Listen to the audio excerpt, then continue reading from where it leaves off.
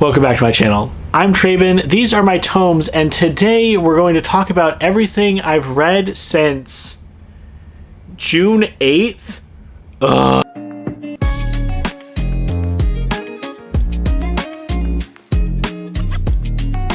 Yeah, it's been a while since I've done one of these. I tried to make a weekly post of what I've read, but some different life events made that impossible in the last couple of weeks, but I'm back. Hopefully, for the entirety of July at least, I'll be able to keep up my regular schedule. We've got a lot to talk about, so we're just going to kick it off and get started with probably the biggest thing that I've been doing over the past couple of weeks, and that is my reread of Kaiju No. 8. If you're unfamiliar with this title, Kaiju No. 8 started back a few years ago. I want to say maybe 2020, 2021, somewhere in there. It is the story of Kafka, a person who resides in a world that has seen kaijus attacking since at least the 13th century, possibly earlier than that, and he is initially working as a kaiju cleanup crew. So they go in after the kaiju are slain and make sure the bodies are disposed of and broken down, and he gets infected with a kaiju. This is apparently the first time this has ever happened, because there's no other reported incident of this occurring, and so now he has the ability to turn into a kaiju, a very strong one, based on the in-world rating system. It borrows a lot from the Hero Tyson shows, Kamen Rider and Super Sentai, and Ultraman as well, in that we have Kafka working for an organization that is fighting the very thing that he turns into, that he has to hide his identity. We also have the through line of he is the monster that he is fighting against. That's very much a Kamen Rider thing. I really like the characters here, and the story so far has had enough cohesion to keep me interested. So this is currently at, I think, 13 volumes stateside. So I have all of these, and there are 12 and 13. I read through all of these in the last couple of weeks. I also read the B-side stories, which is a direct take off of the light novel, exclusive on the 3rd Division, which I also read, even though it was just telling me the same story that I got from this. So yeah, I've been on a really big Kaiju No. 8 kick. This, for me, is quintessential Shonen Jump fare. It is not the most amazing story-wise. It's got a lot of fairly stock characters, but I do really enjoy their interactions. I love the theming, I love the story and the world, and it's just it's interesting seeing how things have developed over the course of the story, because initially I was wondering, how long are they going to drag out the mystery of him having to keep his identity secret from all the people he works with, and then when that was addressed, there were other issues that arose quickly thereafter, and it started taking on a completely different focus. There are several chapters in here that aren't even focusing on our protagonist at all. It has really been building toward a final conflict that sees all these characters come in and have their big shonen action moment. I've heard that the next chapter that's releasing in Japan is actually going to be the last chapter of Kaiju No. 8. So it's going to run about 16 volumes is my estimation, my guess. So we're almost to the end, and I think we're in that final conflict. And if that's the case, I think it had a good run, and it told the story that it wanted to tell. I was entertained all the way through. We'll have to see if it sticks the landing. If you are a fan of those action shonen titles like Bleach or Naruto or One Piece, then you do good. I think you do well to pick this up. It's a lot of fun, and it's not going to be overly long. I think 16 volumes is, for a modern day manga series that is running in Shonen Jump, one of the most well-known of the weekly magazines. I think that's a pretty good run, not overly long, but also not something that was canceled before it had the ability to tell the story it wanted to tell. Would not recommend reading B-side stories and the light novel, though, because, again, they're telling the same story. Pick one. Sticking with manga, I also read Akane Banashi number 12. This continues to be one of my favorite new series that I've picked up alongside Witch Hat Atelier. The idea of competitive storytelling through the lens of like a sports manga-esque styling is not something I knew that I needed, but I absolutely love it. And we are now getting to the point where Akane is having to really think about her own performance style. A lot of the chapters so far have been looking at other characters and seeing what is their particular niche or what is making them a successful storyteller, a successful person who can do like really good voice work or can connect to the crowd. And I think we're finally getting a shift to what is Akane going to do? What is her special element that she's going to bring to this medium? And along the way, you're learning quite a bit about this ancient art of rakugo, of storytelling. So I think that's really neat. And I love when a comic can infuse that culture alongside a really gripping story.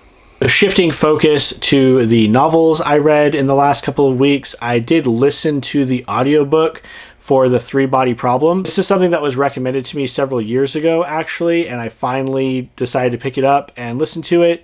I've listened to some of this author's other work, but it was mostly short stories.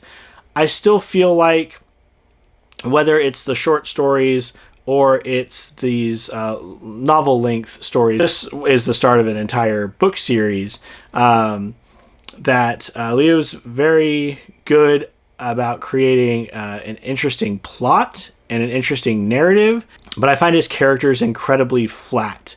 They are basically just devices to lead the story along. They don't feel real.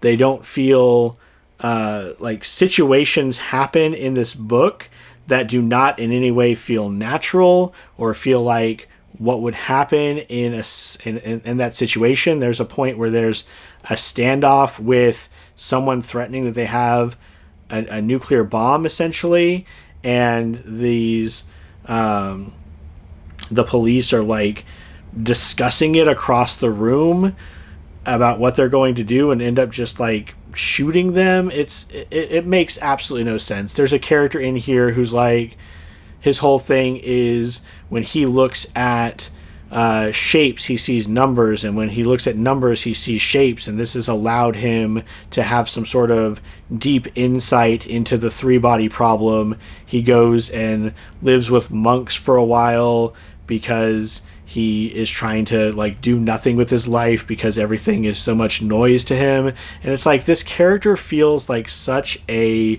weird just amalgamation of odd quirks and not like a real human being, and it's a little bit distracting.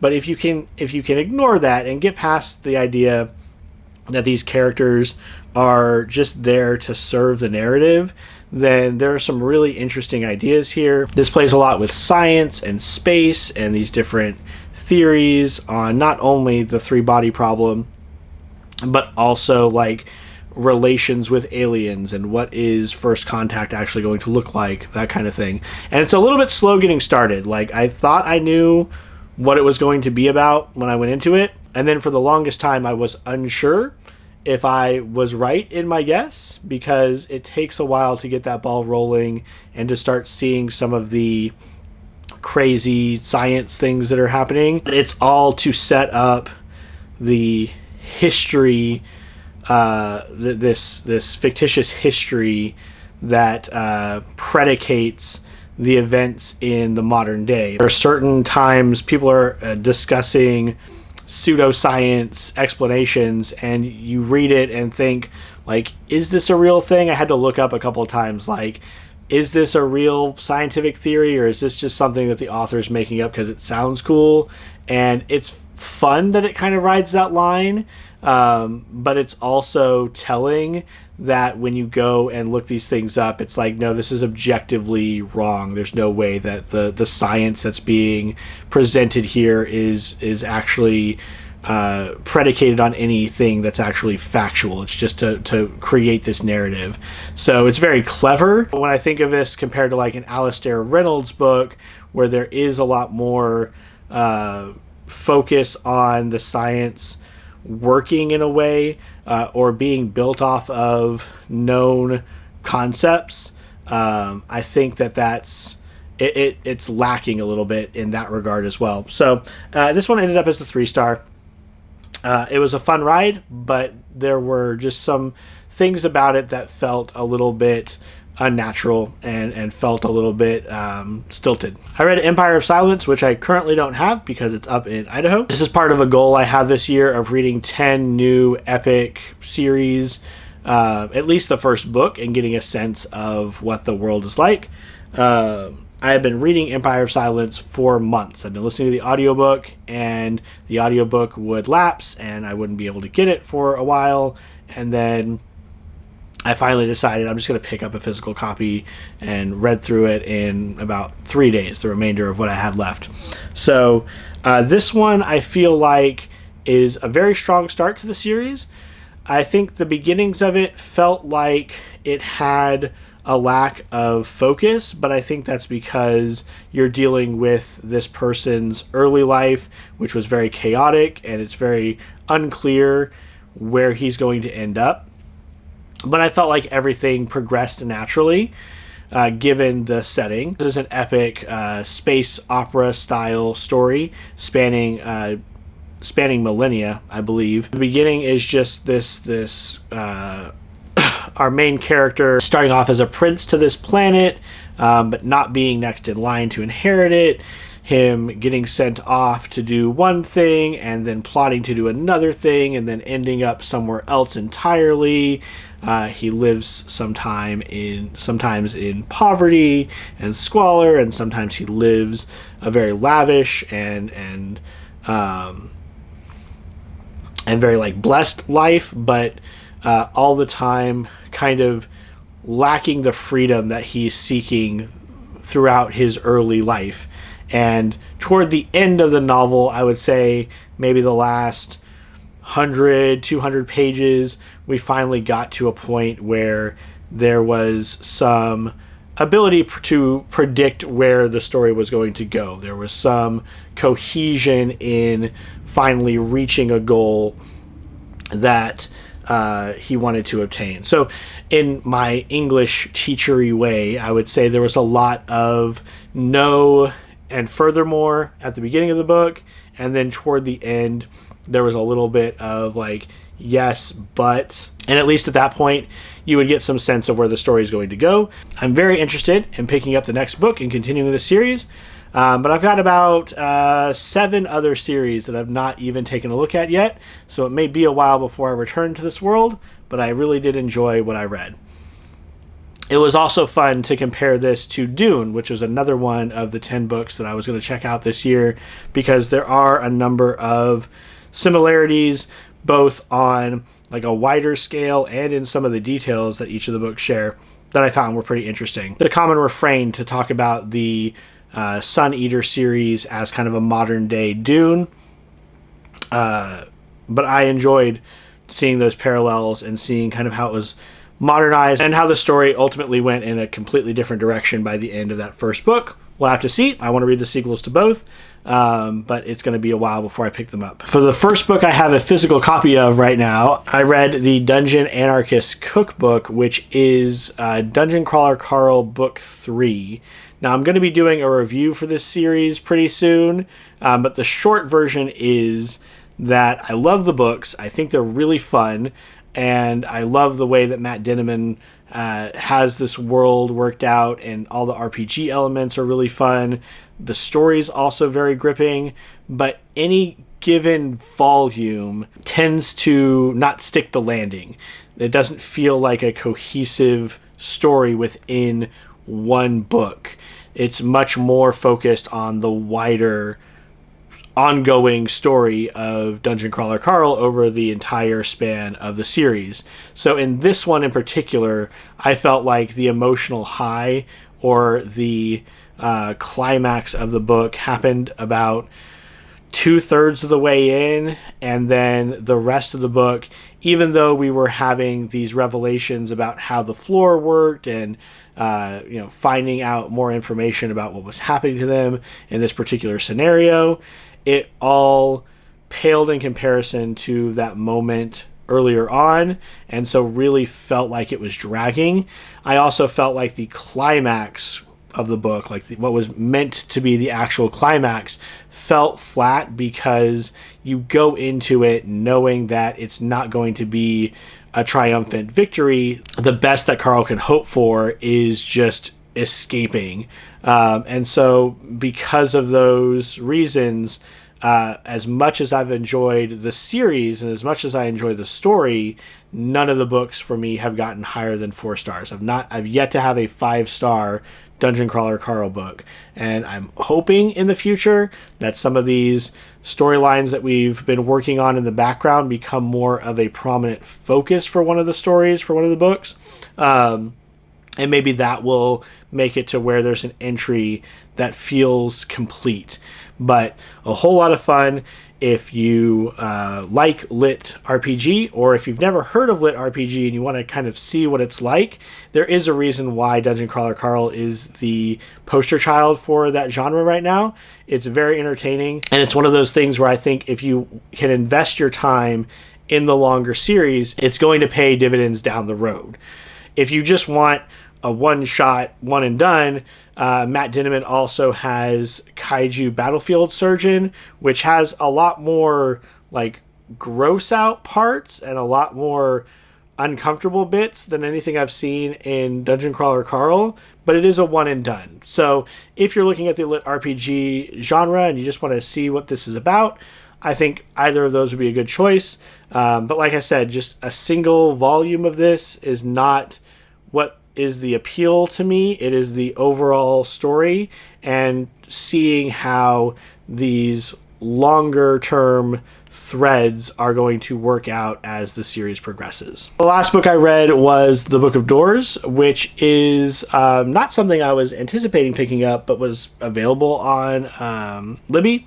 And so I picked up the audiobook, started listening to it, and really enjoyed it. I think this is one of those stories that I think is a really cozy read, especially with the audiobook. This is a story of a girl who is gifted a magical book that can open any door. Any door can become every door. And from that premise, we get what begins as a fairly standard, almost like YA feeling adventure story, but progressively gets crazier and crazier as the story goes on. There are some implementations of the Book of Doors in here that are completely unexpected. They make sense within the context of the story, but not something I would have thought of. And I really like that. I like when you introduce a superpower or a magical item and it does something that's like seemingly okay,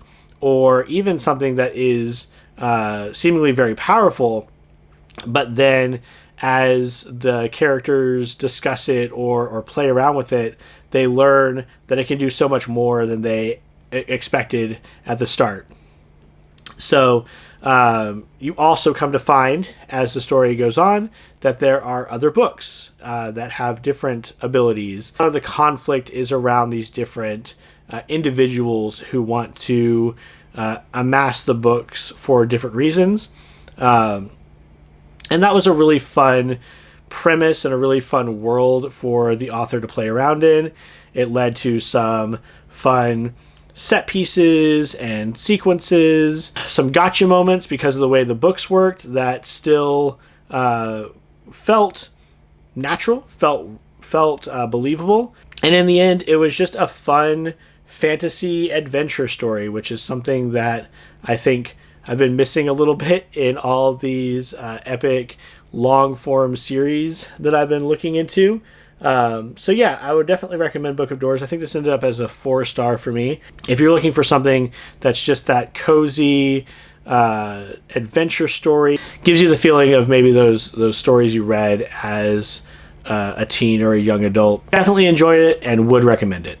And that's going to do it for this video. Coming up very soon on this channel, I'll be having my mid-year freakout tag, so look forward to that, where I'll talk about everything I've read so far this year, which is, I think, about 115 titles at this point. As always, I hope your reading journey is going well. I hope you're reading series that you enjoy and making time for that next book. Don't forget to like, comment, and subscribe so we can grow this corner of our booktube community. And until the next one, take care.